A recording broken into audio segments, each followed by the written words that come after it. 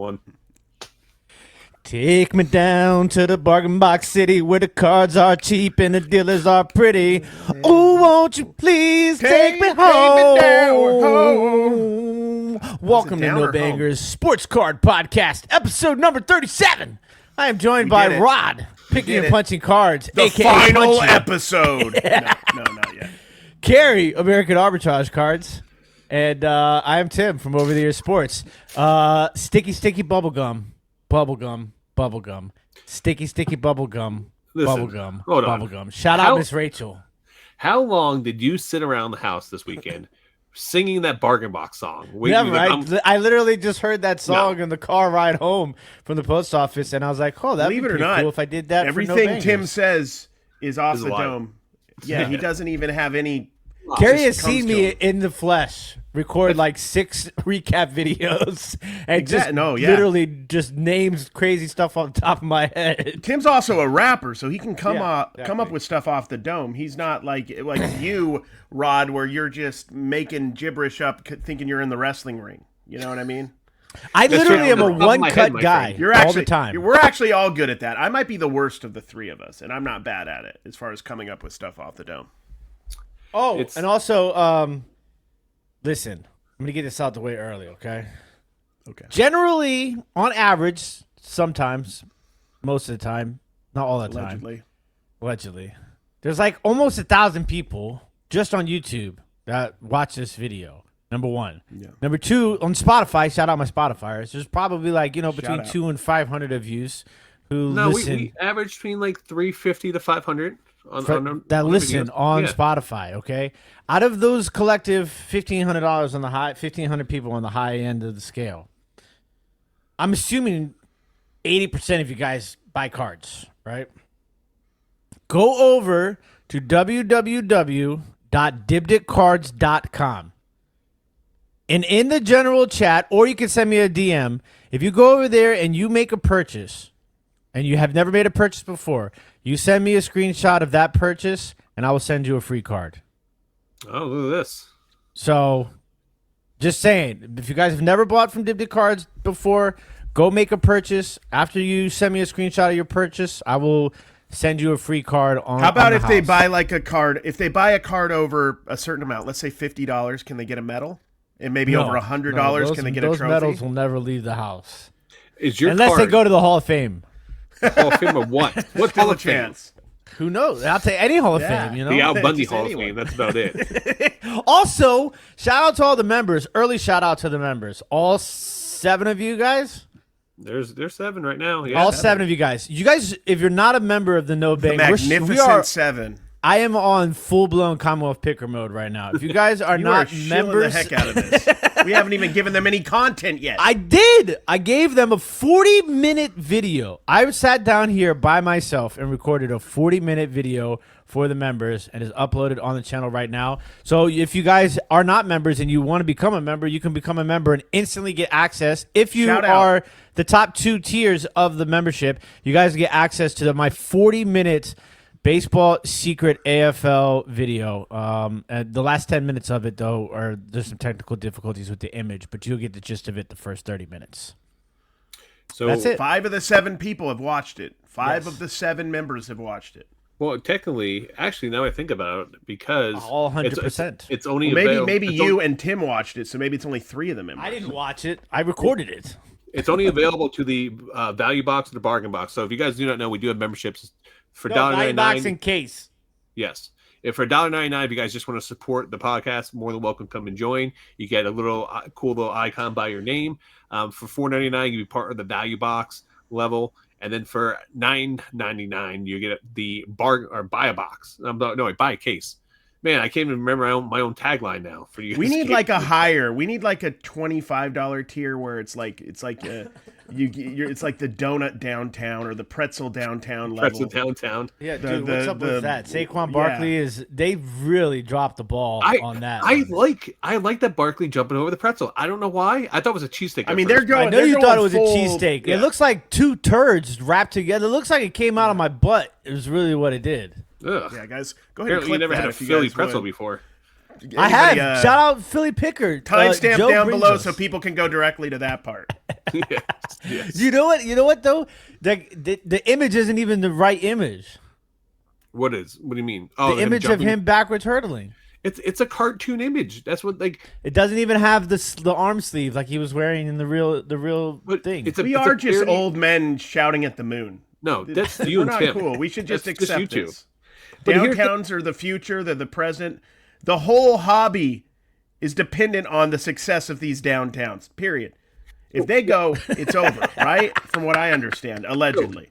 Last week we talked about the Brandon Pettigrew and Calvin Johnson? Was it Calvin Johnson? Yeah, okay. Yeah, Calvin Johnson's. So, Brandon do you guys Pettigrew have a problem with them using that image over for him, but it's a cartoon drawing? So they're just using it as the body frame, then putting his name on it. So yes, there's a big problem. Well, yeah, with because that. it's obviously Brandon not Pettigrew. Calvin It's Johnson, an image that was used on another card.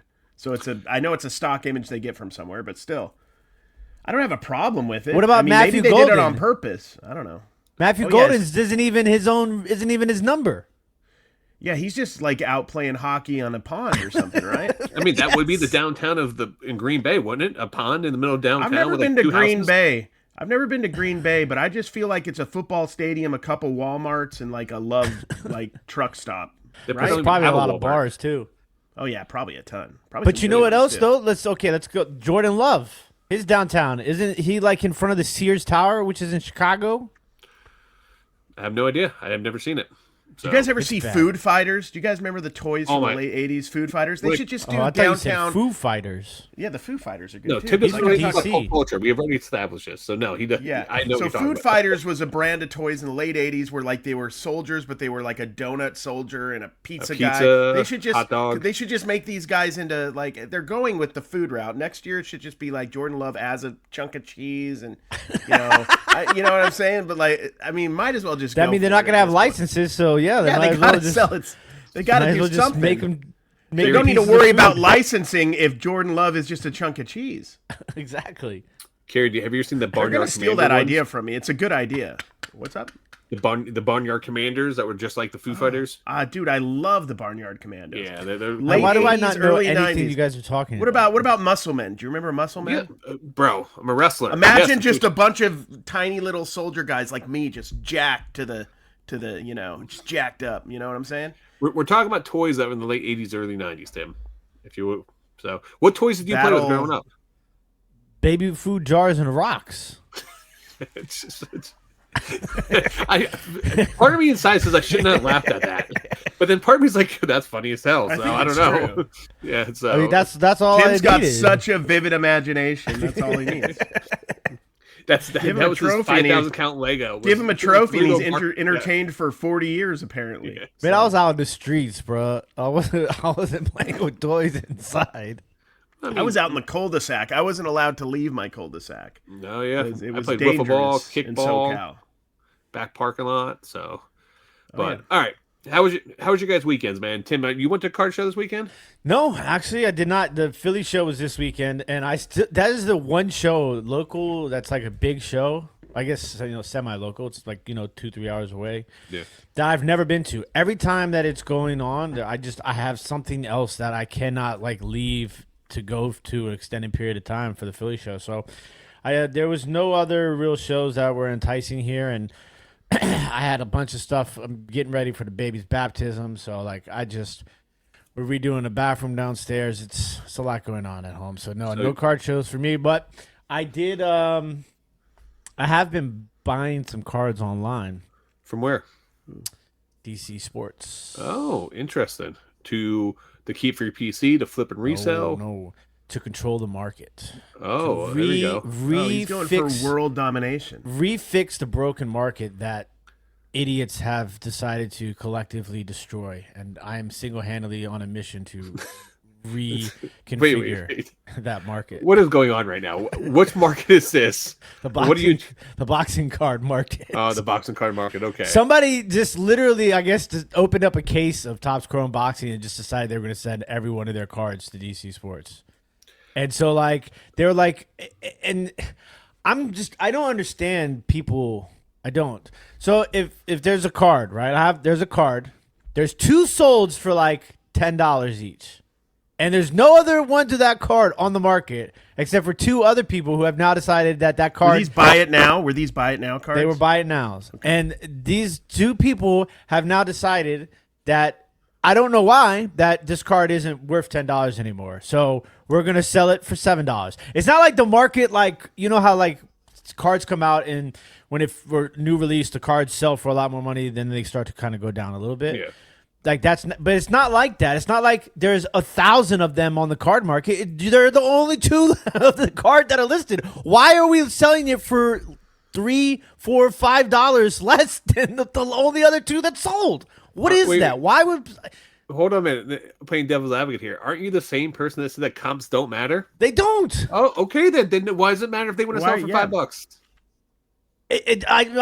I'm trying to understand why. Why? Like, I understand, like, sometimes it's like, hey, I just want to get rid of a card, right? Like, that's cool. That. Right? But then list it at the price that it was supposed to be listed at and then put it on sale or something. The problem is now everybody's going to be like, oh, those cards aren't $10. Those cards are only $5. I mean, it's tough not when for me. It's for the people I have to deal with in the future. It's tough when there's only 3 listings because then it can't be like an outlier. So, you know, in general, if there's none else available online right now, like people don't factor this into pricing enough. I feel like they look at comps, but they don't look at what's available too. You need to do both things. Yes, you need to look at what the last solds are and what the cheapest one available right now on eBay is. Because if the cheapest one available is double the comp, then you need to be near double the comp, maybe a little below that one, to sell it. You don't need to be down at half the highest available just because a comp says so. Listen, I literally tweeted this at 9:30 in the morning this morning. It says, what's available on the market? And then I don't know what you call those, like greater than, lesser than, like the alligator sign. It says... I know what you mean. Greater than, lesser than. Yes, that's yeah, they don't really... Do they have like a name? Greater than, lesser. Okay, yeah. So I said what's available on the market is greater than last sold comps. If I am selling a card and someone wants to bring up last sold comps, I know what's available on the market. My price is the price. I always tell them, go show me where you can find this exact card right now at a better price. Yeah, and supply then and I have demand. Put a little gift of like me. I'll wait. You know what I'm saying though? It's supply and demand. Demand is showing you what it's sold for, but if there isn't a supply, you know, or if the supply is whatever it is, that's what the price is. Now, people can make you offers based on that, and maybe if it sits for a month and there isn't more people coming in, maybe you're too high, you can adjust then. Yeah. But I wouldn't just go straight to what the comp is.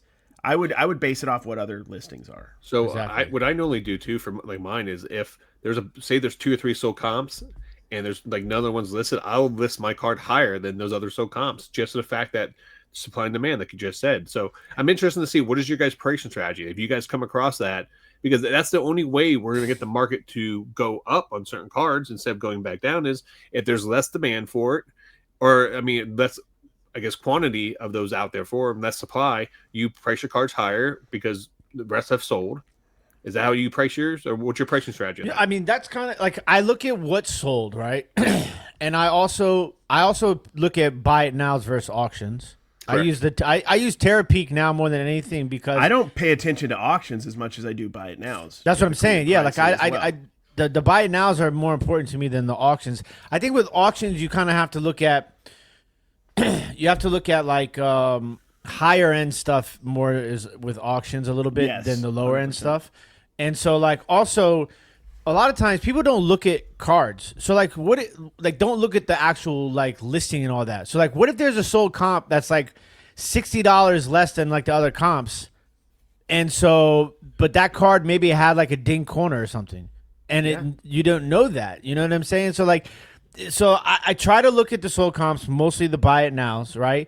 And I always organize it by dates because, you know, like with sports cards, it's like day trading. So like, you know, there might have been a time where somebody was struggling and then the time when they hit 4 home runs in a game, and, you know, like, so there's going to be like a weird chart you're looking at. And then I look at the market. I see what's available because generally, like if I'm listing cards from the bargain boxes that I'm not live selling, a lot of times they're like unique cards that, you know what I'm saying? Like if I ran it through on a live auction, 90% of the people aren't even going to know what the hell it is, right? Yeah. So it's like, but I list that card, especially if it's like more than like $10. And so generally, sometimes there's maybe 1, 2, 0 listings. I listed a Tommy Frazier upper deck card numbered to 125. There was none other ones listed currently. So it's like, and now like I control that to a limited degree. Like what I want to sell. Tommy Frazier, that for. like Nebraska. Yeah, 2013. See, I love deck. that kind of stuff. Like you're picking a big time college. It's numbered. There's big-time going to player be some demand there, but there's probably next to nobody offering it, especially when it's numbered. That's why I like to pick up. Like I picked up about 3 weeks ago, and I don't even know who this guy is, Maurice Hurst from Michigan, but it was a number to 20 red zone auto from Score. Nice. I'm like, this is just rare, and it's a Michigan guy. So, it's got watchers. We'll see when it sells. But that's definitely not a card I would really want to put on auction because – you might get a couple bids of people thinking they're going to do the same, put it on a little higher, and hopefully they'll get somebody to buy it. But the chances of me getting, three dudes who went to Michigan with them in 2014 bidding against each other is not likely. So I also bought some Blue Mountain State cards too.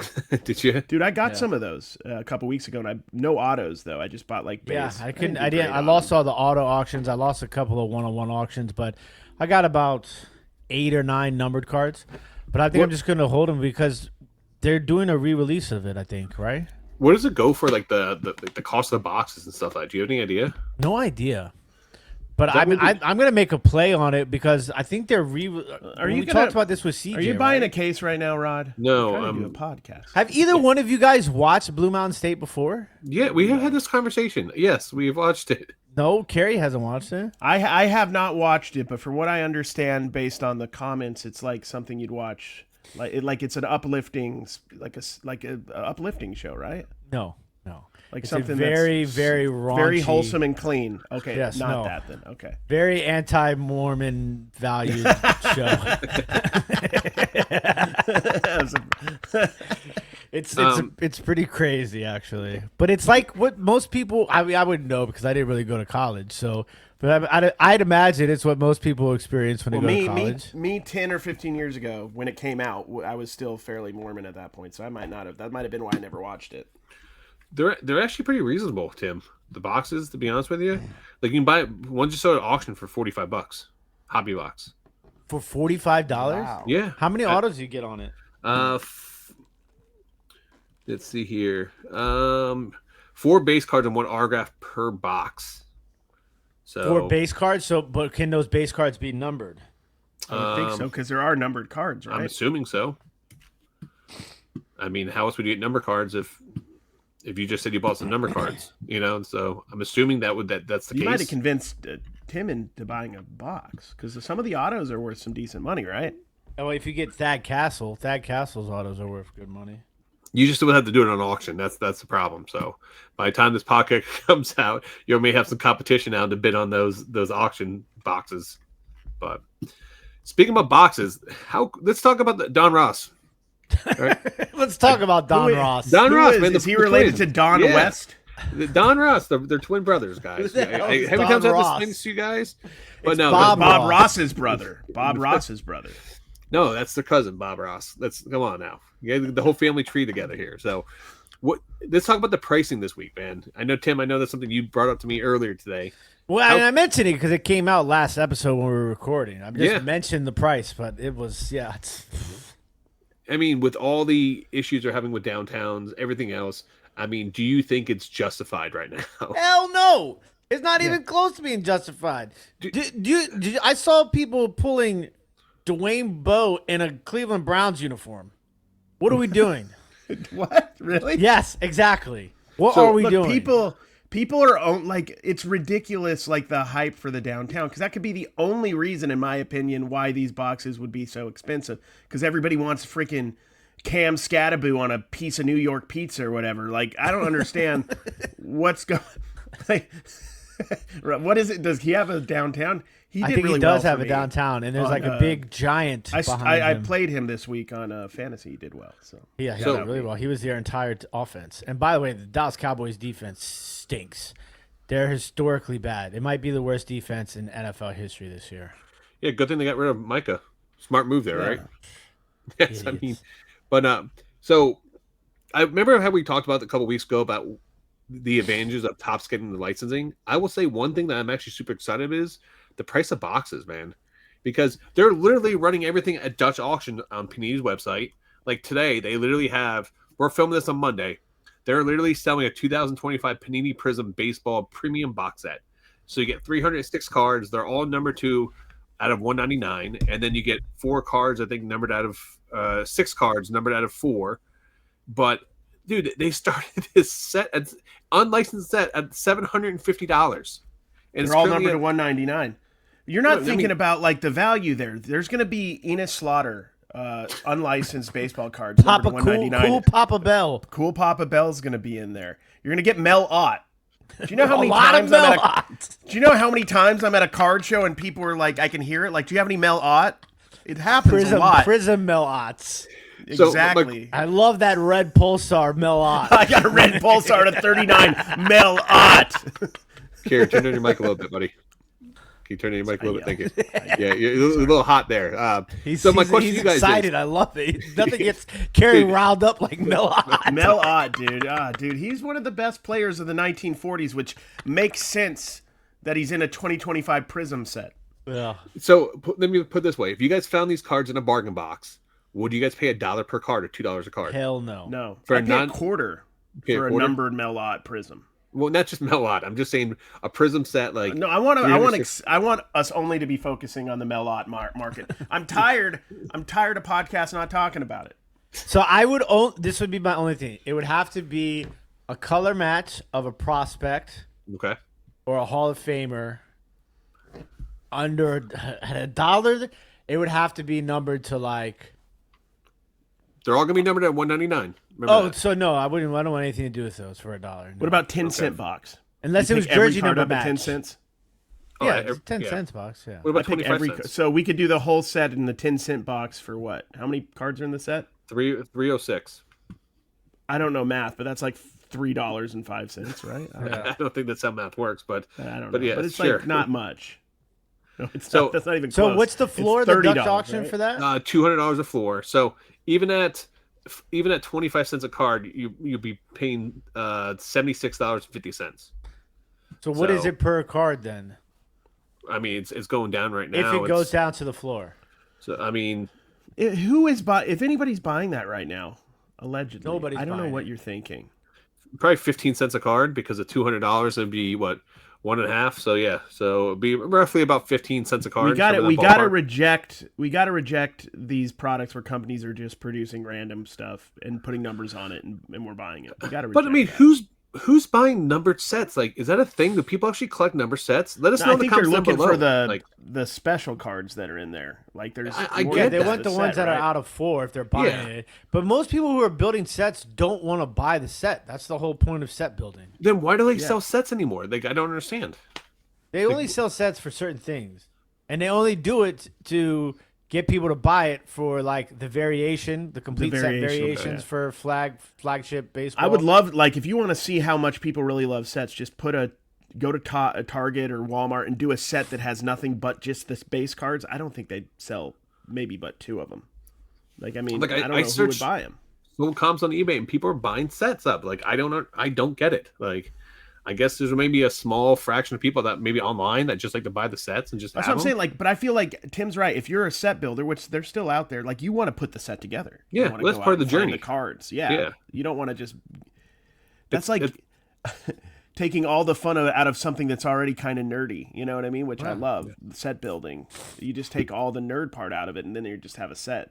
I don't know. It's not fun. Yeah. Can you imagine if a real like OG set builder saw you buying like a complete set? He'd look at you with the dirtiest look in the world. Like, yeah, it's like, what are you doing here? You're not a real set builder. So you got building. Say you were the 4th leading running back in your Pee Wee football league back in 1998. You're not going to wear your medal when you go to 7-Eleven. You're going to wear your medal because why even have the medal if you can't wear it all the time? He participated. That's why he has a medal. All right, like, let's be honest. He was the 4th leading rusher on his team.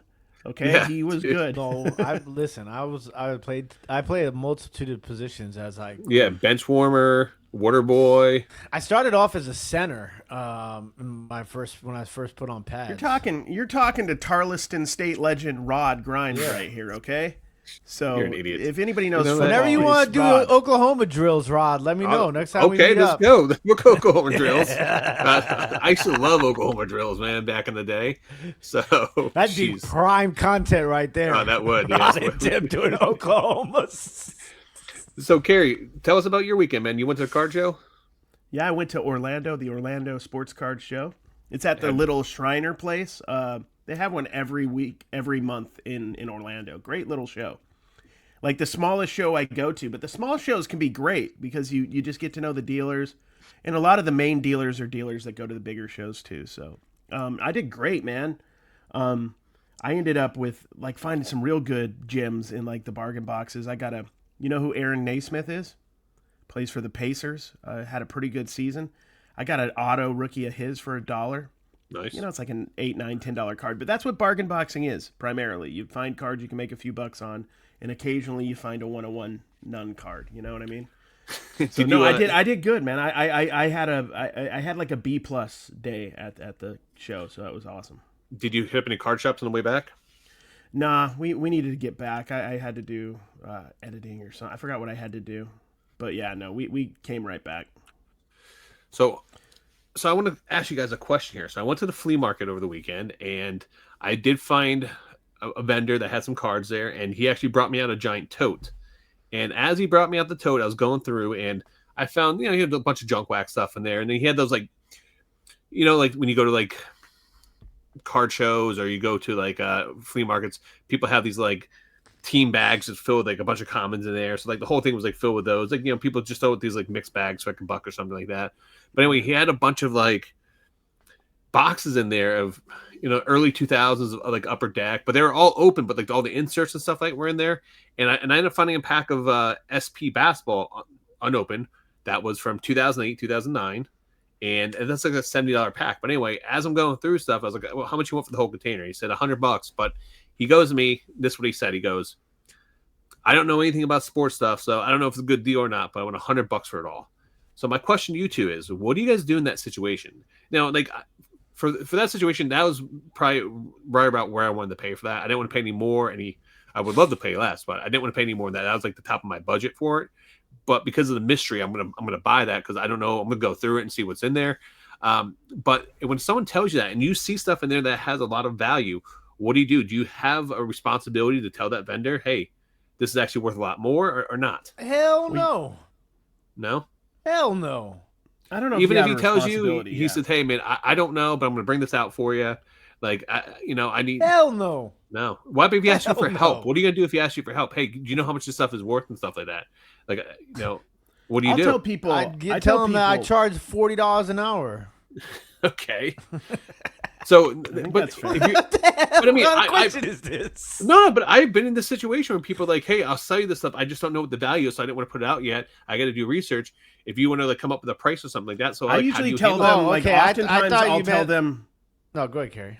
No, when they come at me like that, I tell them to do the research and let me know, or I could give them an idea of what the stuff is worth. But the problem with that is when you start giving them all the information about what the items are worth, then you're negotiating with yourself. So Correct. ultimately, you want them to, like, I would just be like, I'm interested in this stuff. And usually when you're like that, like I'm interested, they'll come up with a number they're comfortable with. Now, they could be wrong, but also you didn't look at everything in that box. Correct. That could have been you were taking a little bit of a risk because 100%. even if you had $300 in that tote and you sold it for $100, you have to put work in, time, shipping, manpower, hours to get out, to extract after fees $150 profit. So that has value too, which I think a lot of times people don't realize when you're buying those lots at the flea market. Your time that you put into extracting the extra money has value.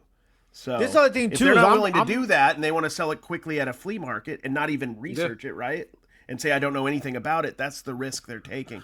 But I would always say be comfortable. If you want to research it, I'll be back next month. If you still have it, I might be interested. Let me know the price then.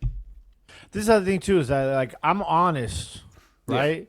Like I'm not like I may come off as like some sort of shady guy who's trying to be real cheap all the time, right? I'm always trying to be real cheap, but I'm never shady about it. Like both these guys will tell you, like I'm upfront with people. I'm like, listen, I am extremely cheap. Like, I could tell you what this thing might be worth, but that doesn't mean that that's what I want to pay. Yeah, I get that. You know what I'm saying? Like, I'm going to tell people straight up, I'm going to be like, bro, like, there's no point in me buying it unless I'm getting it at, like, these people want to buy it 80, 90%. I'm a 25 to 50% type of guy. Like, 50% is reaching it. That's I feel stretch. like a lot of card people don't realize that that's really attainable when you go to flea markets, especially. I mean, you don't, or even when you're buying low end and you're buying in bulk, the 80, 90% rule is, I don't know if it's a made up thing that's happened. And yeah, it's a downtown thing. It's a high end thing. I get it for high end cards. Yeah. But I mean, outside of that, it's a totally different ballgame. I mean, that's more for modern liquid cards that people are going to give you 80, 90% most of the time, for what you currently have downtown. Kaboom. Definitely not David Wright's, though. Don't not try David to tell Wright's. your Well, David he's not very Wright's liquid. out of I said liquid. I said liquid. But here's right? my thing. Like, you're getting... I think it's as solid as a rock, apparently. I don't understand, like, the market, like, on the high end for, like, a downtown especially that has all of these solds recently, right? And everybody's constantly transacting them. Where are you... If everybody's paying 90%, right? Like, are they just paying 90 and then occasionally they're selling to a collector at 100 and then they sell it back at 9? Like, how is that working? How are people making money at They're this? laundering money. So I don't think it's the people that are making the money are the repackers because they're buying it at 80, 90% and then they're putting in the repack. And then that's the big hits that people are chasing. So they'll lose money on buying a downtown or Kaboom to put that as a hit in there, but they'll make their money up on everything else that you're getting at 45 to 55% of market value based off what you're buying that repack. But you go to a show, right? Yeah. Sorry, I don't mean to interrupt. No, you're not interrupting. I do this a lot. You go to a show and somebody's got a showcase full of downtowns. Yeah. What are they buying them at to sell to the repackers? Like, are they getting them for 70, 80? I would say they're getting them from the people who are pulling them, maybe? I mean, yeah, they're getting it from the people that pull it. They're getting it from people that pull them on whatnot shows and other repacks and stuff like that. Because here's the thing: is if I bought in a repack for $100 and I hit a $500 downtown or something like that, I have no problem selling it at 80% of comps because I'm going to make a couple $100 and just move on real fast and not have to do anything. So I guess they're not. I mean, this is another thing too. Shout out to all the content creators who are getting on board with no bangers because. Seen a lot of people out here who are content creators and podcasters and everybody who are finally listening to what we've been talking about since episode 1. And there's a lot of people that are. There's what is the saying? The title is starting to shift. The tide. The tide is starting to shift. The tide is starting to shift. Rob tried to shift the title of the podcast to bangers because yes. He wants to buy a bunch of Cactus Jacks boxes or whatever. Because I know sports card investor people put out a thing about the print runs and the graded of downtowns, right? And then, we talked about that and, but I saw, what's the homie's name? Clever Cuban Clever? Yeah. Yeah. Clever Cuban. Yeah, I saw him put out something recently about the downtowns aren't as rare as people think they are. Here's the thing, though. They're not rare. They're rare. They're not rare. No, and hype doesn't last forever, does it? But it's early years. So I think what happened is those early years, they were rare. Yes, the first for sure. 1, 2, 3 years. So and they looked good. They look good, yes. And same thing with Kabooms. Kabooms were so Dude, as we get closer to jumping over a pretzel, and you tell me that's not cool? That's what awesome. People want. That's what AI decided allegedly that people want. Nobody wants that. I want that card. You're lying to yourself. No, 100%. I love pretzels. I love Saquon Barkley. I love the Eagles. You didn't even think it was a pretzel. I thought it was a cheesesteak. You're a grown man. Listen to yourself. What are you saying? I like pretzels and I like It's bad enough that we're talking about lamb? cardboard as 40-year-olds. You're talking about, I love pretzels. I love Saquon. Just chill out, I grew up in Pennsylvania. Like, pretzels is the thing, man. Like, I know. Shout out to Joe. That was Philly the key Picker. that was missing in cards was there's not enough pretzels in them. Yes, none of pretzel cards. We had gum for years. Give me some damn pretzels. We're good to go. We should instead of bubble gum, we should just start putting pretzels in packs. Yes, I'll be happy with that. That should be the box topper of every. If we're paying $400 something for Donruss, yeah, give me a damn pretzel. Anti M or whatever. What is it? What's that? Anti-Ans. Anti-Ans, yeah. Yo, they got some these like cinnamon bite things. Dude, you're like a Starbucks like foofy drinker now. Like, no, get out of there. Like, we're talking about a real American pretzel. All right, we're not talking this cinnamon toasted whatever you're freaking over there dipping your pretzel into your little coffee. And I mean, I put mustard on my pretzel. Not in your cinnamon pretzel, you don't. No, hell no. It's not a cinnamon pretzel. It's a cinnamon twist that you can get at the pretzel shop. Exactly, just what I'm talking about. It's not a real Oh, pretzel. dude, I had all. No, sometimes when you get a pretzel, you want a sweet treat and you don't want a savory treat. Rod, come on. Sometimes you want something that's like a dessert. Yeah, Rod, are you passing out bags of pretzels at your door at Halloween? Yeah, I will. Are we doing a Halloween episode? We're going to dress up in costumes and everything? I don't know. Should we? Maybe. Yeah. Let us know in the Let's all comment dress section up below. as downtowns. Different downtowns. Tim's already a PSA 0 over there, so I think you're good to go, my friend. I'll have like a piece of cheese hanging on the side of my shoulder, and then I don't know, like, what are you supposed to have? A piece of pizza that I'm sliding down. I don't know if you guys heard, but you couldn't see his O face, but you definitely heard his O face when Rod finally pulled his Roger Staubach uptown. Oh yeah, I've never seen someone pander harder to the audience than that video. Bro, I was so excited. I know you were. You were. I know. Cary doesn't come to the breaks all the time, but dude, for the last year, I ripped so much product. I had not pulled a downtown or an uptown, and I literally just pulled one, so I was super pumped. I've never pulled either in a pack. What is that worth? Like 60 5 bucks? hometown advantages. Like 125. Really? Yeah. It's it's a Cowboy legend, so I think the biggest thing for it's Cowboys and it's a Hall of Famer. So I think that's why this one is Roger Staubach a Hall of Famer? I think he is he? I don't think so, bud. Are they going to do Midtown next? Like, what's the next? Are they going to start dividing by streets? Shout out Gaby. Gaby, I don't know if you guys saw, but Gaby put out a short opening our box that he won on the podcast. Oh, bro, he was a Hall of Famer in 1985. Okay. In 1989, he was in 1999. He was ranked 29th on the Sport News list of 100 greatest football players. Now he's got an uptown, so he's finally got an uptown. But so I can understand why. Congratulations, Roger Staubach, on your uptown. It makes it. Tim. I mean, Cary. It makes sense that Tim wouldn't know that he's a Hall of Famer because he thinks Jaden Daniels is a top 3 quarterback. So I know. Look, to give him credit, he wasn't specific. He's top 3 in his division right now, and is on his team. He's top 3 on his team. Oh my God! Yes. You should have heard some of the people. Unless they get Sam Howell back, then he's Sports Card Radio this morning. I mean, Sports Card Radio on the Sports Talk Radio here in DC. People are calling up like, maybe we should soft bench Jaden Daniels like the Vikings are JJ McCarthy. I'm like, what the hell is wrong with people? They're such a microwave society. It's crazy. It was a crazy week yesterday. The Browns beat the Packers. There was multiple blocked field goals at the end of the game that altered the possible outcomes of the game. How about Jordan Davis taking it back 50-plus yards as a massive lineman? Y'all should have lost that game. But, I mean, listen, I do. You know I'm a Jalen Hurts guy. I defend Jalen Hurts more than any normal person should have to. But you didn't have him in your top 10. So you don't. I did have him in my top 10. I don't think you did. Yes, I did. 1,000% I had Jalen Hurts. Not your top 5. That's right. It wasn't your top 5. But he put that team on his back in the third quarter and the fourth quarter. It was fun to watch.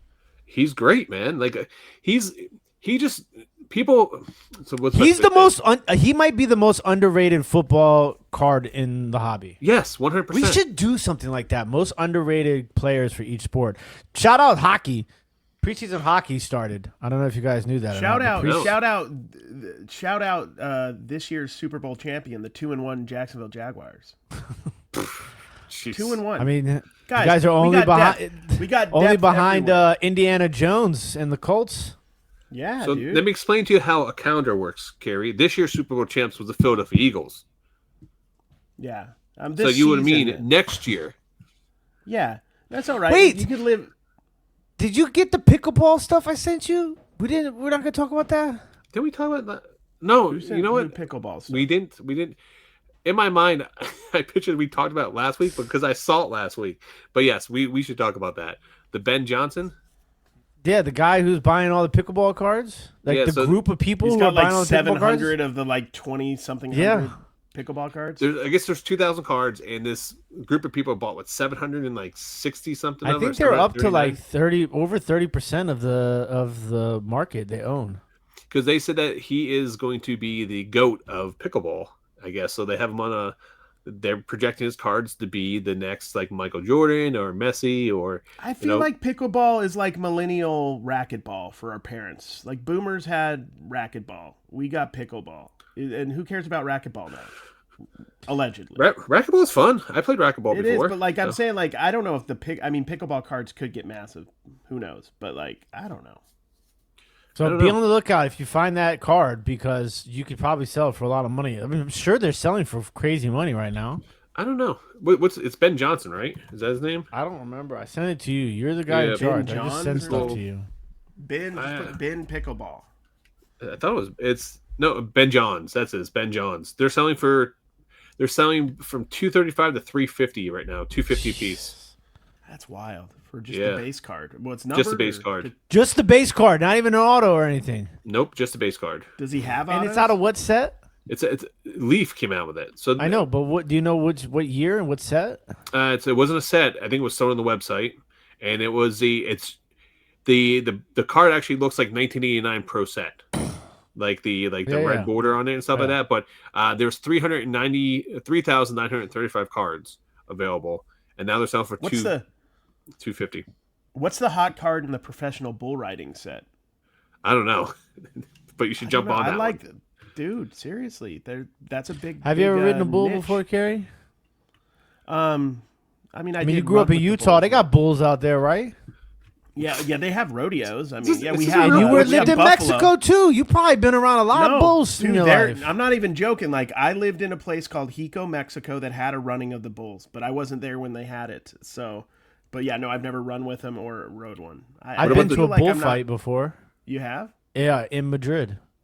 Ooh, look at you, dude! Look at World Traveler Tim. Did you wear your medals? I also took flamenco lessons while I was there as well. I want to go to Madrid. I was in Barcelona. I did First off, if you've been to Barcelona, I was studying abroad. Barcelona. That's how you're supposed to say it. Barcelona. I went to the Olympic ruins. I've been to Barcelona like 2-3 times. I love Barcelona. I've never been to Madrid though. Never been to Madrid either. So see, I did the whole thing. I did France, and then I went to Paris. And then I went to Madrid and Barcelona. You go to Gaudi Park? Gaudi Park's nice. Yeah, that's cool. I went to the beach. I remember going to the beach. I was young. I was in 6th grade. I was the youngest person studying abroad at that time. No, that's crazy. All right, so speaking about crazy, let's talk about Topps customer fan appreciation. Is it? Wait. Let's get the name right. What was it? See, I'm messing up just like everyone else messed up. This whole thing has been a fear. You're in the presence of a Rhodes Scholar right here, Tim. Yes. You're feeling intimidated. That's normal. That's true. I mean, I am with you and all your medals, and now you're this world traveler. Like, what am I going to do over here? I can't compete.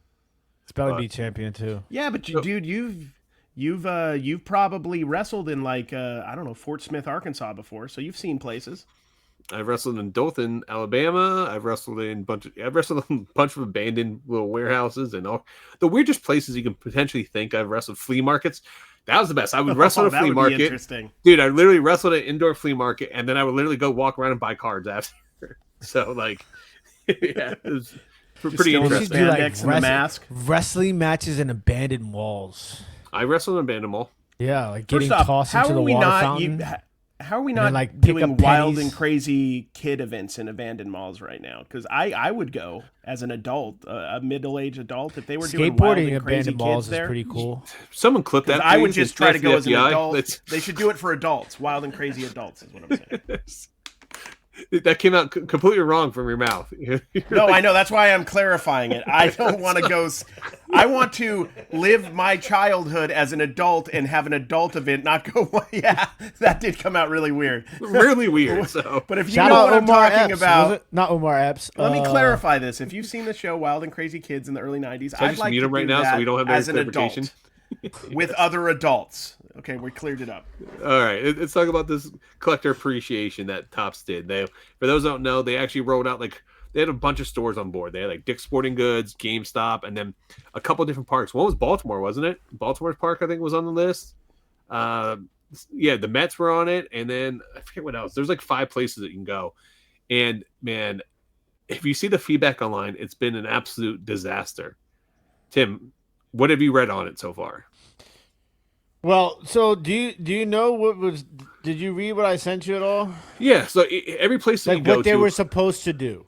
Yeah, so like every place you go to, you'd be able to get like certain cards, or they do like a discount and stuff. And I kind of want to bring this up too. I mean, you sent it to me, but I had the same situation happen to me when like V-Friends was dropping, because it was dropping at GameStops, and I would go to multiple GameStops, and they had no idea what was going on. Like, I'm like, here's your website. This is why you don't let these people. Rod's all excited about massive corporate takeover of LCSs and having card shops in every major outlet in the world and all this. This is why you don't do it, because they don't know what they're doing. Well, no, hold on. It's because they can't roll it out properly. That's the thing. That comes down to the actual business, not so much like this is not Top's fault. This would be No, I know. This is Dick's fault. Yeah. Blame it on the Dicks. Well, here's the thing. Like some of these companies, some of these card shops that are going nationwide, what purpose does that serve anyone, if you think about it? Because we can get all the cards that they're going to have in those shops cheaper online probably, or at least at the same price. And it might have made sense 50 years ago when there wasn't card shops like online, or like people selling online. Well, this is what's interesting. So apparently you could have gone to they have Collectors Clubhouse locations of Dick's Sporting Goods. And there's one in they're the most random places in America. Okay, so if you went to Ross Park, Pennsylvania, you're from Pennsylvania. Where the hell is Ross Park at? That's where the Pittsburgh Pirates are. Not in Pittsburgh? No, but that's like Ross Park. That's like where the store is. Isn't the store that has the actual like Paul Skeens, maybe? And then there's also Baybrook, Texas. My favorite, Minnetonka, Minnesota. Wherever the hell Minnetonka, Minnesota is. Tulsa, Oklahoma. Prudential Center, Massachusetts. So if you went there, you would get an exclusive Wingcraft pin. And you'd also, I don't know if this was at all Dicks or just those Dicks in the middle of the country, where you would get $10 off purchase $50 or more at all Dick's good Dick locations. And then GameStop was BOGO. For those of you that don't know out there in the streets, that's buy one, get one. 50% off Fanatics card supplies at any GameStop. PSA rip and submit with free sleeves and loaders. And so you would also get sleeves and free 10-cent loaders. There we go. Top loaders. You would also get $20 gift card with the purchase of How much are Fanatics supplies? Is 50% a good deal for 50% off? Hell no. No, so that's what I'm saying. Shout out Humongous Horde. We're waiting for a sponsorship. One of these days, we're going to talk to you guys. So when you go to GameStop, if you bring in cards, I was in there when someone's actually submitting cards to get to PSA, and they charge 25 cents a top loader to actually, or 25 cents up. Not penny sleeve, the card savers. Yeah, 25 cents a card saver. If they had to provide them to you, they charge you 25 cents a card saver to do that. So that's what we like to call ringing the rag. So okay, you said Ross Park, right? In Pittsburgh. Yeah, that's actually where Ross Park. It's Ross Park, Pennsylvania. Yeah, so Ross Park Mall in Pittsburgh is where the Dick Sporting Goods actually has the Paul Skeen debut patch on.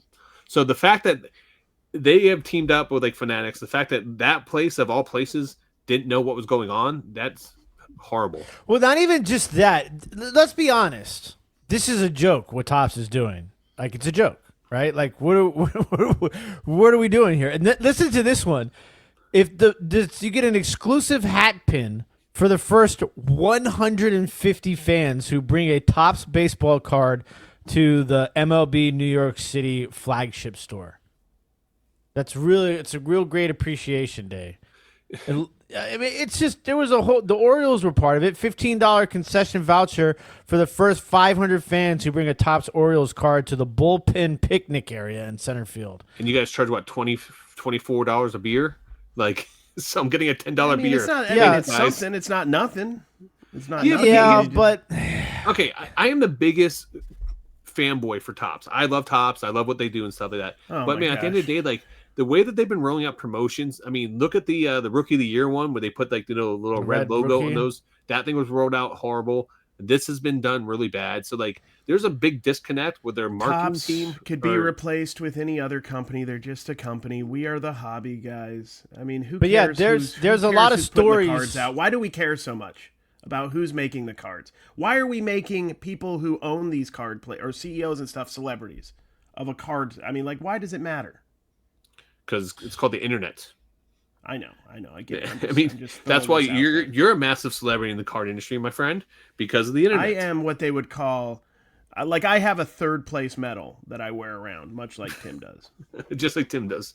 Isn't all Tim's medals like third place, fourth place? No, every single one of the medals was first place. No, they only gave medals to first place. That was the whole point one of the medals, and let's see where it says first place. It says everyone on the team got a first place trophy. You got like weird medals that said like best 40 time or something. Like, it's not even stuff. They're just giving medals out, I feel like. Don't be mad. He ran a 30-minute mile. Here's a medal. Upset. There you go. I feel like I'm upsetting Tim. I'm sorry. I saw a guy who just broke the record for the fastest mile with a stroller. What are we doing here? And I was like, because I take my stroller game serious. I am the commander of the stroller. I am captain of the stroller. Okay, I'm the stroller guy. I control the stroller. You make my head hurt. You know that? And I started thinking to myself, I said, man, this would be awesome. Now, my kid is a lot bigger at 6 months than however old this guy. This guy had like a hybrid stroller though. Like he was like, I was waiting for the Tops Now card to come out. Really, it's kind of like F1 where it really depends on the car, not the driver. Yeah, it's more about like the aerodynamics of the stroller and This is how you judge it. You get 20 of the best stroller athletes in America, and you give them an 1890s buggy with janky wheels falling apart, like one that had like a haunted doll in it, but they took the doll out, right? And you just put your baby in that, and then you run. Then that's a fair estimation on who the most athletic stroller. I mean, he did it in like 4 minutes and 30 seconds, which is pretty impressive. The people that are listening on Spotify really right now for the first time are like, what the hell are they talking about? Like, this is supposed to be a card podcast. No, I'm still worried about... I'm still upset about the fact that I was not clear about the fact that Wild and Crazy Kids was an amazing Nickelodeon TV show when I was growing up. I want that to be very clear. Because I was talking about how I wanted to be on the, shoot water balloons off the top level of and have Omar Gooding just being like, you're the man, and Donnie, Donnie. I forgot what Donnie's name was, but you remember Donnie from Wild and Crazy Kids? He was it one of the Epps brothers was on there, right? No, it was one of the Gooding brothers. Oh, Gooding brothers. It was Cuba Gooding Jr.'s Omar brother, Gooding. Omar, yeah. They look identical. Poor Cary's not going to be invited within 250 feet of a trade night now because of this podcast. Way to go, my friend. Way to go. I was just fanboying over like my TV show as a kid I loved. But now, yeah, it just came out wrong. All right. I got a serious question, you guys. When are we allowed to start celebrating Christmas or the holidays? What is your official like when can you officially start putting out Christmas items or after Thanksgiving? After Thanksgiving. Yeah, So after Black Thanksgiving. Friday weekend, yeah. So today, as we're filming this, is Monday the 22nd of September. Topps is actually doing pre-orders right now for Topps holiday cards. Now, I give them credit. I was like, all right, well, maybe they're going to drop in November, right before the holidays. No, they're dropping October 22nd. That's when they're hitting stores. Is that allowed? I think culturally in this day and age, like October is probably the time. No, we need Halloween. Why don't we have Halloween? That's when cards? they're doing it, though, man. They're pushing it back. We do have Halloween cards. They've been out since like August. I get that. A treat. I get that, but I'm saying is like, why can't we allow the Halloween cards to go first? And then once Halloween's over, they did. The Halloween cards came out in August. I get that, but I'm saying now wait till after Halloween's over and then drop it on like November 1st. Like, the problem is we don't have it in between. We need Pilgrim Parallels. Okay. Pilgrim Parallels. Without the Pilgrim Parallels, there's no in between. There's no buffer. Like a holiday downtown. Just my God. The turkey, like the John Madden downtown. John Madden, Macy's Day Parade, dude, downtown. 6 turkey leg downtown. Like, yeah, I mean, we see that. No, Panini, I don't want Panini to handle that and butcher such a sacred thing. No, that would be the perfect thing because they're already making downtowns right now. They would butcher it. No, King Clark has like 6 fingers, and that's like the perfect thing for these turkeys. These turkeys going to have genetically like 18 legs, and then it's going to be the perfect thing. Teenage Mutant Ninja Turkeys. Dude, if I was in the NFL and they brought this giant turkey or turducken and it had 18 legs, have you ever had a turducken? I don't know if I just learned. I don't know what that is, guys. Is that half duck, half turkey? and chicken. Wait, how do they do that? Genetically put it together. Are you being serious? That's a real thing, or do they just? Rod is not expensive. Or they melt? They just putting them on the same plate afterwards. No, a turducken is I like learning a about turkey stuffed with duck, fusion of stuffed with species chicken. live on No Bangers? Because that's crazy. Do you ever see like when they have all the multiple legs? It's a turkey and a duck and a chicken all have a threesome, and then they have a baby, and then that's how you got a turducken. That's not how that works. It's science, my friend. It's how. Ask Dave. Dave should make a turducken on his cooking channel Yes, ADH Dave with cottage cheese. with cottage cheese and obviously. So, are you okay though with those cards dropping in October? Christmas cards? No, because you know what? It sucks is that little Jimmy's going to get a Topps Holiday Mega Box for Christmas, and then he's going to try and go flip his, Santa Claus hat That is really on New Year's Day, and they're going to be worth 50 Tim is cents. so right. That is really the tragedy of this. Is some parent that loves their child is going to go out and buy the holiday mega box at Target, and the kid is going to be so disappointed on Christmas that they got the holiday box. That's the truth. Tim, you actually make a great point on that because that really is the tragedy of all of this. Because I like to open them up when they first come out, and I don't think I'm going to buy it because I am. But do they come out this time of the year every year? I don't know. This is the first time I was been doing pre-orders this year. Dude, they've had so. the Christmas ball packages of Topps cards at my Walmart for like a year straight, and I think they sold out, and they're like, okay, let's reorder or something, and it was like July. Well, I mean, there's Christmas in July, but still, like the whole sales thing. But listen, you should buy a case rod, and then you should make a Christmas tree with all the box topper ornament cards. Oh, there you go. Do you think there's a dude sitting on a? Do you think there's a dude sitting on a bunch of like the Easter egg Topps things, thinking they're going to go up in value in 5 years? Like, I got like maybe a Jacob Wilson Easter egg card inside, and people are going to be paying for the whole cases. I feel like you're. I think people are speculating on those, is what I'm saying. I feel like I'm being attacked. You know what would be dope? It'd be dope if they did Topps Holiday Chrome. That would be cool. Like, I would be down for Santa Claus and some elves Chrome cards. Yeah. That would actually be really cool. Because I'll tell you what, the short print cards, if you do hit the short prints, they sell really well immediately. Yeah. Oh, yeah. But then, 2 years later, because I love image variations and short prints. Whenever I find like a Luis Robert, like Candy Cane back card, and I'm like, oh, this is going to be like, this is easy $5. And then I go and it's like $1.99. They could do like a big dumper card where he's like just sitting in a sleigh, even though he's still standing up. But it looks like he's sitting in a sleigh. You know what I mean? They could do that. And really, it's not Santa's giant red bag in the back. It's actually the big dumper in the back seat. It is the big dumper. The big dumper is the bag. Yeah. All right. So, do you guys like these gimmicks? Like what they do, like the Easter eggs, the holiday balls, and stuff like that? Yeah, the holiday balls. I'd like them. No, I mean I see why they do them. I don't think it's anything wrong with it. I think it's fun, but I think they're fun. I don't really think it matters much either way. It's fun, and I think why not do it? It's a way to push out more product, and it's clever. I think I'm fine with it. I like it. I think part of the reason why they go down is because they are, seasonal cards. A lot of people aren't want to buying. You just got to hold till next Easter. Yeah, there you go. So let me ask you this, Cary. Then, since you like them, what else would you want to see? I mean, we have the Easter eggs. We have the Christmas St. Patrick's balls. Day. Let's do Valentine's Day. Let's make it a little bit more romantic. Whoa, listen, we're missing the turkey, the Pilgrim Parallels. That's what we're missing. We need that buffer between Halloween and Christmas. Why stop there? Like, what else could we do? Like, what about Groundhog's Day? Bill Murray leaf box. That would be cool. Oh, every card is the same card. No, they have baseball cards, and they just have on the field. They would have like little groundhogs coming out of the ground in the background. No. Yeah, but what is have Bill Murray? Yeah, it'd be a Bill Murray set. I throw him in there like they did with Bob Ross. Dude, they'll all be the same card. The next year's Bowman is going to have a Bowman first to Bill Murray or something. They went all the way to Shoeless Joe Jackson this year. That's pretty. They went cool. from Tom Brady They went from Tom Brady to Shoeless Joe Jackson. No, they've had those old guys a couple of times. But stop making them Bowman first. I guess they're SPs. I understand the gimmick. Those are real short prints, real case hits. That's the big difference between baseball and football and basketball. And that drives me crazy because baseball case hits are legitimately like short prints and case hits, and they get no love. They're like ratios for downtowns.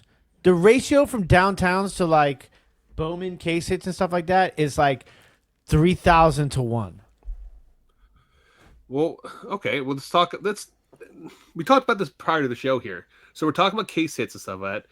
Let's talk about PSA grading though, because I know you guys aren't big grading and stuff like that, but no, the reason why I bring this up is because what about a PSA 9? All right. Should that be the same price as a Raw? No, PSA 9 should always be more money than Raw cards. Why? Because somebody paid to grade it. It comes encapsulated. That's one. Now you sound like a dealer at a table. I paid to have a table, so no, I get no. to pay I didn't this say amount, me. or I didn't say me, but I'm just saying like the extra service has gone into that card, right? It's encapsulated. Okay. If people can charge 10x on, non-rookie Elliot Cruz paper cards on whatnot because it's in a one-touch. If you're in your house shining your cards up, I don't have to pay you extra because you shined them. You know what I mean? This is stupid. No. I'm not saying you have to pay extra. I'm just saying that it has added value to the card. So encapsulating it and grading it has added value to the card. So PSA 9 should be worth more than a Raw card. A PSA 9. But yes. But is it? Right now in the market, is it? It's not. It's not. That's there a problem. There's your answer. I it's agree not. with It doesn't matter because people don't consider that important. They yeah, only because care about people the have 10s. been manipulated to think that everything has to be a PSA 10. Well, that comes with see, me and Cary were talking Well, about modern earlier, cards, too. yeah. Modern cards, This is guys, an we obvious need to get back to the old difference. days where we got a card we liked and we put it in 16-inch, like a 16-inch piece of like just plastic. What was that? Plexiglass. And just leave it there. It's safe. That's adding value to it. Screw it down so it's Get safe. your power drill out. No, there's no way. It's impossible to break it out ever. Yes. It's stuck there forever. Bro, that's God. I don't know if I have all cards. You should get. That's how it should be. Every Jeremy Roenick rookie card should look exactly like this. If your Jeremy Roenick cards don't look like this, the only thing missing is we need a plaque below it to let us know who the player is. Oh my God. We need a gold plaque that says Jeremy Roenick so that we know it's a Jeremy Roenick. My Tiger Woods too. Cary, keep talking. Keep talking. There we go. See, that's exactly how if you want to protect your cards, put them in a 40-year-old plastic screw down. 25. Yeah, right, this is. If we're talking about adding value, those Jeremy, I actually want to grade those Jeremy Roenics. Look exactly, but thicker, Rod, thicker. Why do we do this? I mean, this is what this came in a thing. This is a Roger Clemens. Is it a Roger Clemens rookie? Yeah, it is, buddy. Welcome to cards. Oh, shut up. I was wondering what card I grabbed, you idiot. Constantly show yourself as a noob every day. We're doing this. That's it. You got me. But dude, like, why? Why do we? Because when that card came out, whoever had that card thought that was going to be a 1952 Mickey Mantle. Yeah, no, I agree. It's actually in really good condition. Except the centering's off on it. I want to grade my Jeremy Roenics. Yeah, you should start an auction with it in that and see how much it affects it. Well, it's not a valuable card anymore, really. A $10, $15 card, maybe. So let me ask you this: is this the 1980s version of a one touch? Yeah, that is 1980s one touch. If they had could you imagine Whatnot? Like they back in the day, like they just like had Tears for Fears in the background or whatever, and they're just going, "Oh, Cowabunga!" or what? I don't know what were they doing. Cowabunga. They're like radical Slayer. I don't know, and then they're trying to guys. They're throwing it against the wall to show how secure it is or whatever.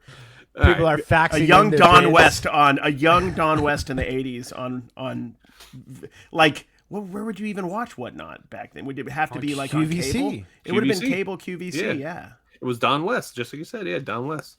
So anybody checked on the people who bought those collections from Don West? Have they gone up in value? Well, no, but they definitely got laid. Oh yeah, that is true. That's right. He did say that. Dude, that's my favorite promo video of Don West. When we talk about going to a bar and be like, "Look, girl, look at these collections I got." Like, and that's he pick up the women. Like, that's nothing gets you to bring somebody home than 1992. Exactly. This is a vending box of 1987 Topps 500. Jeez. Mint 87 Topps cards. So going back to what I said earlier then about the PSA 9, how do we fix that then? How do we get to the point where the PSA 9 is worth more than a raw card? Who cares? Right? I care. cares? I care. I do care. I know. Listen. You know we're not big grading guys, but I do care. I think that's stupid. I think that it's stupid. It's just why?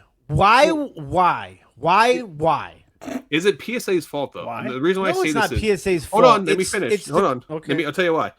Is it their fault for not having a 9.5?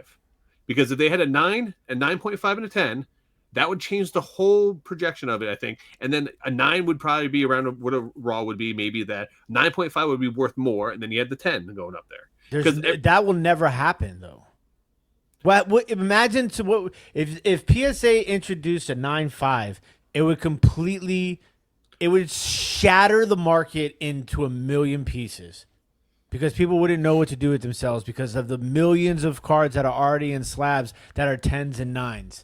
Now we're throwing in 9.5s. What are we going to wait 10 months for our cards to come back? It wouldn't because we have to wait for a half grade. Why? It wouldn't impact grading like 1,000% it would. Why? If they're putting because it's PSA, it's a shit show. but if they're going to grade the card in 8 or grade the card in 9.5, there's no difference in that process. You're still going to wait the 3 months to get your card back. No, there's a big difference in the process. Now you're going from adding another grade to it. It completely changes the grading scale, the system.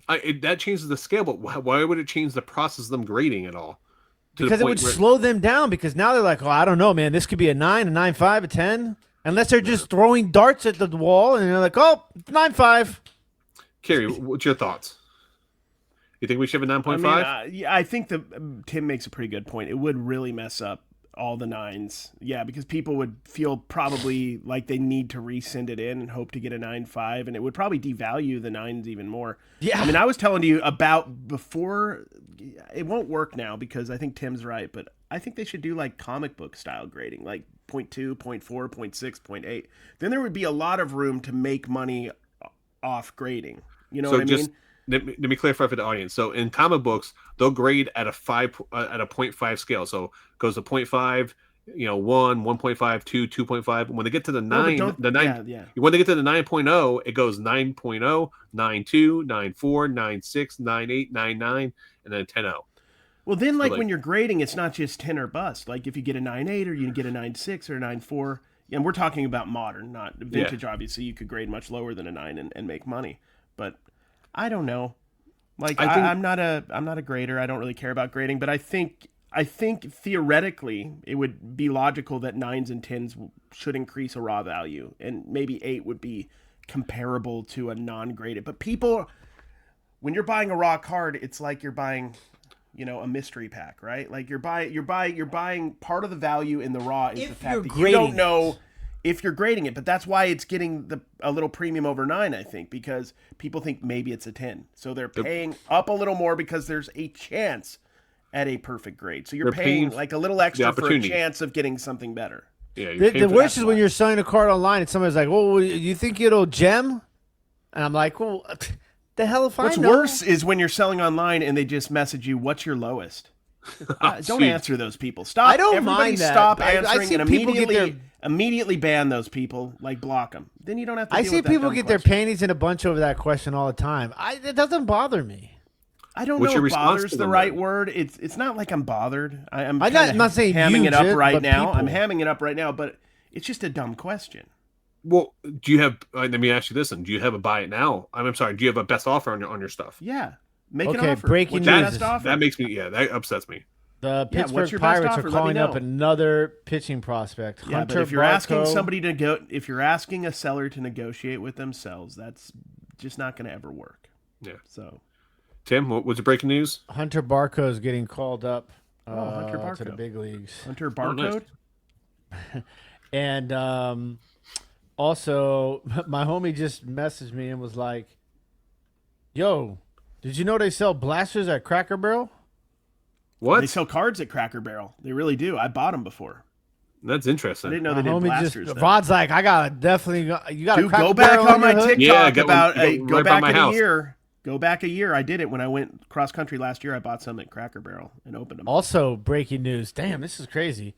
My phone's going ham right now.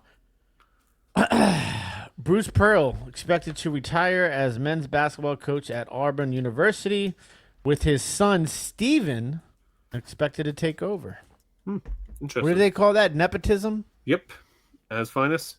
That's Yeah, up to Bill Belichick. I feel like he missed an opportunity, like to name his son. He should have named his son Earl. Earl Pearl? Earl Pearl. Yeah, Earl the Pearl. Earl the Pearl Monroe. If your last name is Pearl, you kind of have to. All right, we got some questions here from. We gotta hurry up because Rod's got to go to Crackle we're good. Barrel. Yeah, Cracker Barrel. Rapid fire question style. From Spotify. We have theme music. Nope, you're gonna rap us a theme song. Yeah, do it. Right? Off the dome. Let's go. Background. We should have background music for answering questions. Yeah, we'll work on that. Okay. DZeatings from Spotify says, "Hello from SoCal. I struggle to find a card show in my area that has more than 25% sports." So it's going back to our last thing when I made the statement that there's a big crossover between Pokemon and sports cards. So how do you? I mean, Cary, you lived in California there for a while, and you used to hit up a bunch of California shows. Did you see that as well? More than 25% sports cards. I know when I left like Vegas, like front row was starting to get like, it felt like 50-50, and I think it's even more so now. I mean, wow. I'm not 100% sure on the breakdown. I think it's just becoming more and more popular. I think there's going to come a point where they're probably going to have to split these shows, or at least be very clear on like it's 70%, 30%, or whatever, or change. I've heard of shows like having different rooms. Ballrooms. Someone put that in the comments where they go to a hotel show and then they have two separate ballrooms, one for non-sports, one for sports. The best thing you can do to know like the details of your card show scene in your area is go to your local shops. Talk to the owners, like when you're at bargain boxing in their shop, or you're looking at boxes or whatever you do at a card shop. Talk to them about the local shows. That's where you can, because a lot of them sell at the local shows, and say, where's one that actually has some cards? Because in California, there are a lot of shows, and there are definitely plenty of shows that have plenty of cards for you to look at, sports cards. So what would you guys recommendation be for people that don't have a card shop in their area if they want to find out, they have to drive like an hour or two to a card show? Like Tim, you drive sometimes an hour plus to go to these card shows. Do you recommend an hour and a half to almost everyone I go to, guys? So what would you do? Would you recommend them to reach out to the card show to see what the breakdown is? Like, will a card show tell them? DM them. Yeah, DM them, send them emails. Somebody talked about that in the comment section before. And then sometimes you just got to go. Like, I mean, that's why I said, like, it sucks, yes, when you, like, carve out a day to go to, like, a 200 card show and it's 50% Pokemon, right? But all it takes is one good table at a card show. It's true. One good vendor, one good table, and it can make your show. That's why I like these little shows. Like, people, sometimes when you go to the big shows, I mean, you'll find stuff just because there's just so much, but like, people are spending a lot on the tables, so they might not have as many bargain boxes, or they could be a little tougher on their pricing. But the small shows, like, people can get in affordably. They're bringing, all their cards, and all you need is a couple people who are, maybe not the guys who go to every single show.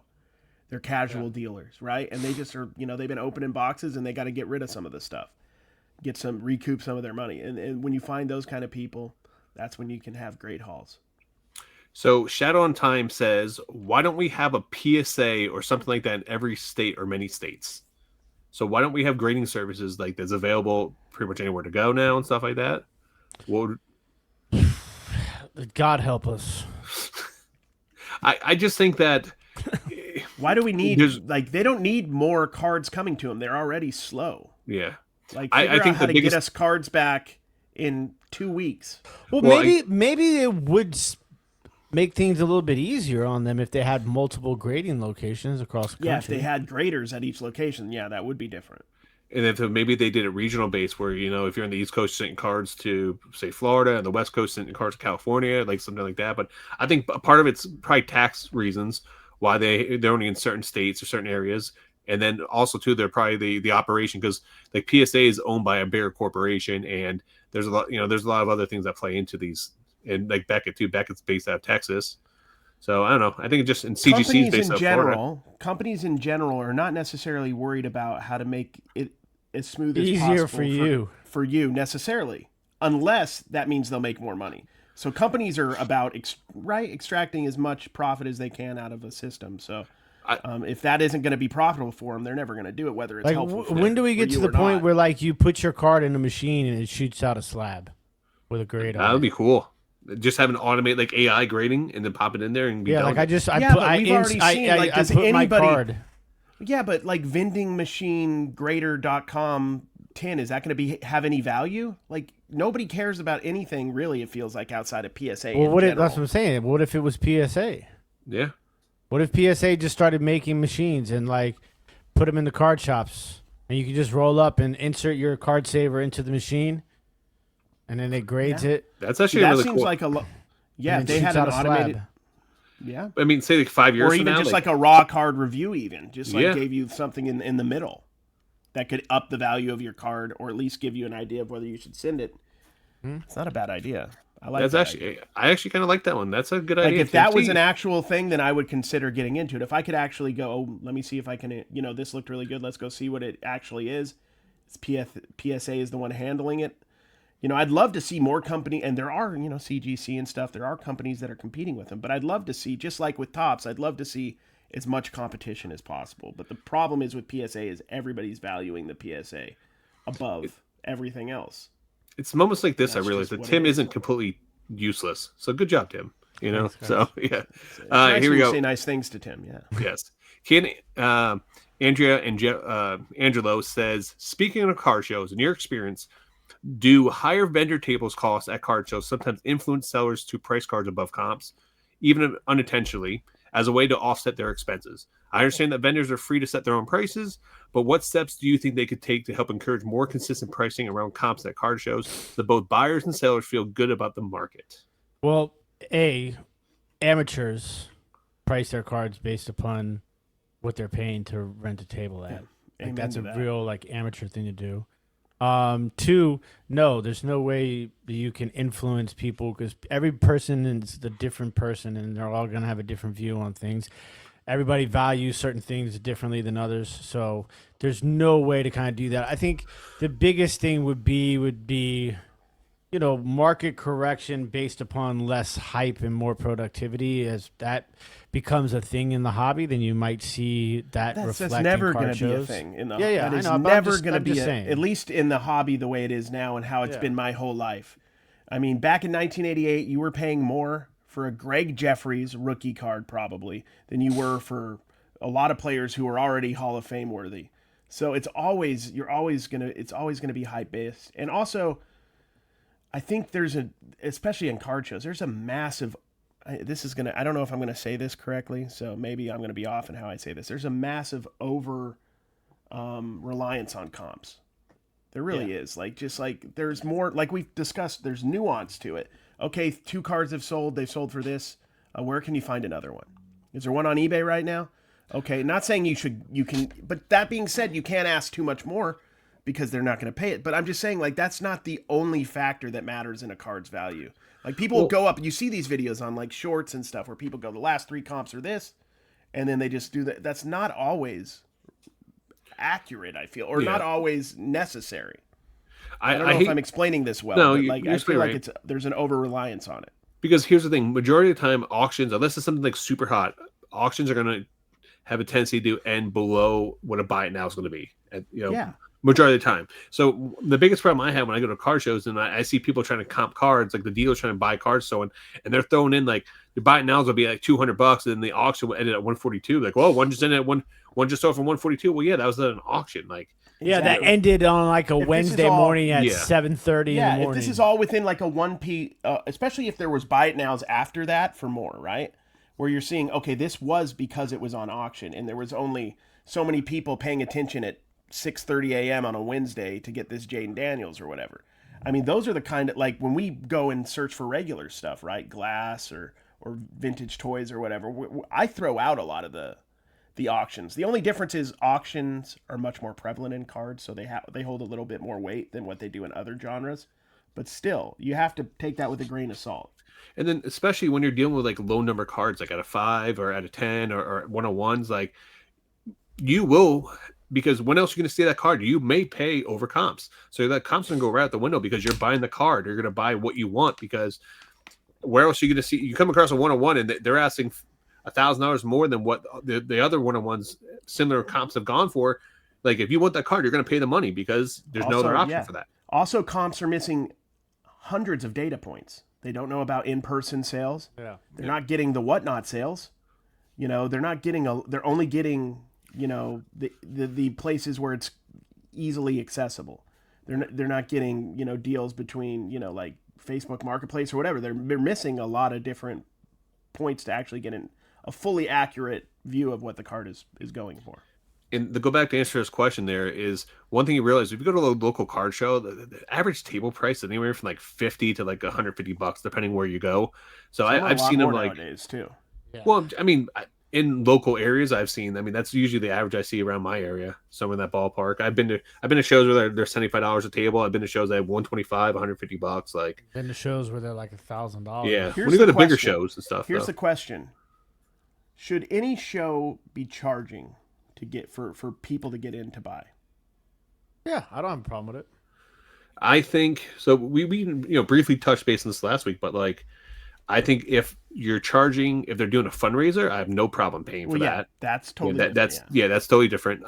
But also too, like depending on where the venue is, like, you know, if you're renting out like a major arena or something like that, like your expenses are going to be 3 times more than what you're going to do at the local like hotel or somewhere else.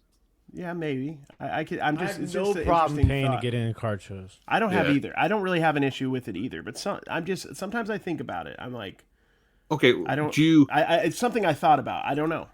I don't mind paying if I get something. I don't mind either. Meaning, like by the way, early entry or something like that. So I feel like I'm getting some type of value where I'm not just walking up paying a cover charge. But I used to work in the bar industry for a while, and you pay cover get bars. It's not an issue, but the thing is more like some shows do and some shows don't. So there are some that are either footing the cost or charging more for tables. Is it good to here? Let me play the other side. Is it good for us to pay so that the tables are less expensive, so that they maybe bring more stuff? Because I don't know. There's a lot of angles to it. I don't know if I fleshed out my thought, but it's just, you know, I've thought about it before walking in. Like the National's $25, right, for a general admission. Yeah, that's a steal for me. Like I would say, like that's a great deal to go into the National for the value and how many tables there and stuff. Yeah, but I mean, I've been to my local shows. I paid $2 to get in. I paid $5 to get in. You know, locally, which I don't have a problem with. You know, I just prefer getting some type of value out of it, like getting in an hour early to the show or something like that. Like that makes it like Timo would always pay the extra $10 or whatever it is to get in early to your local shows because you get some type of value because there is a big advantage being one of the first people into that show an hour before the general crowd. I will say this though, that is starting to lose its luster. Oh, really? Because so many dealers are walking around and buying up other people's inventory before the doors even open up for early admission. So let me ask you this, Tim. But it doesn't bother me as much because not a lot of people are buying what I'm buying. Like I don't care if dealers walk around and buy each other's downtown. True. I could arrive 2 hours late and I'm still probably going to get what I want. I can't do that. That would drive me crazy. So let me ask you this. I have to be the first person in the show always.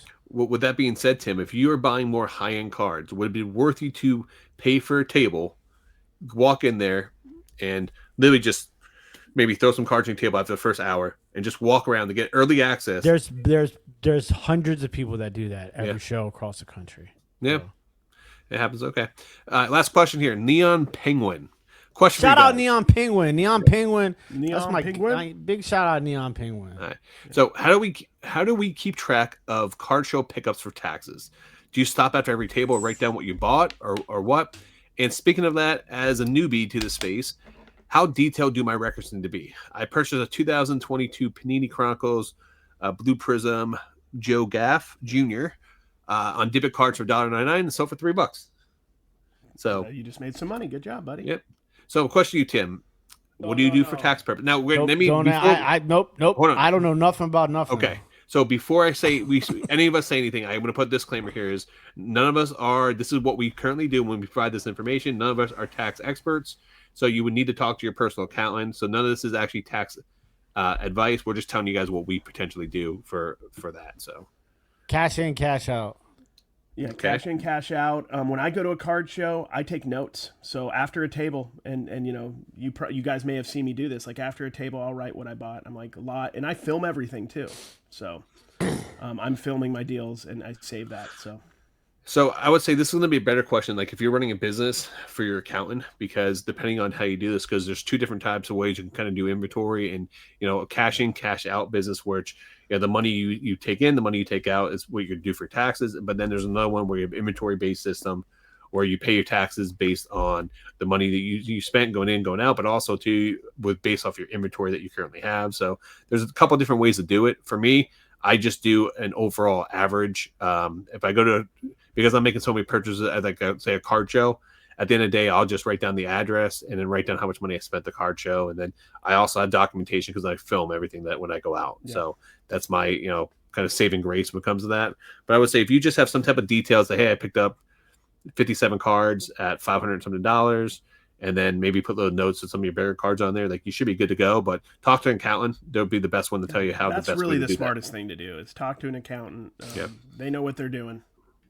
I've had the same guy I've worked with for over a decade. So I need an accountant. Definitely highly recommend getting an accountant, man. Yeah. Especially having a kid now. I'm still like 7 years behind on my taxes. And 7 years behind on your taxes? Yeah. You might want to get that taken care of. Get an accountant. Yeah, get an accountant. If you have a house and you have a kid, you definitely need to get an accountant. There's a lot of tax benefits that you don't want to miss out on. That's why I reacted the way I did. I was like, I'm probably not the best person to talk to. So, if you guys don't know, the future episodes of No Bangers, Tim will be gone for 3 to 5 years. So we'll, but don't worry, we'll have some. We can do it if I can do it live from jail. Yeah, right behind the big glass panel. Live from his prison phone. We're good. Live from prison phone. There we go. So, well, with that being said, hashtag prison phone down below. So, but. All right, guys, you have any last final words for the day? www.dibditcards.com. I'm dead ass serious. Go there, become a member, buy some cards, send me a screenshot. I'll send you a free card. It's the best place in the world to buy and sell cards, allegedly. Allegedly, okay. And Cary? Oh, also, don't forget to become a member. Oh, you can watch my 40.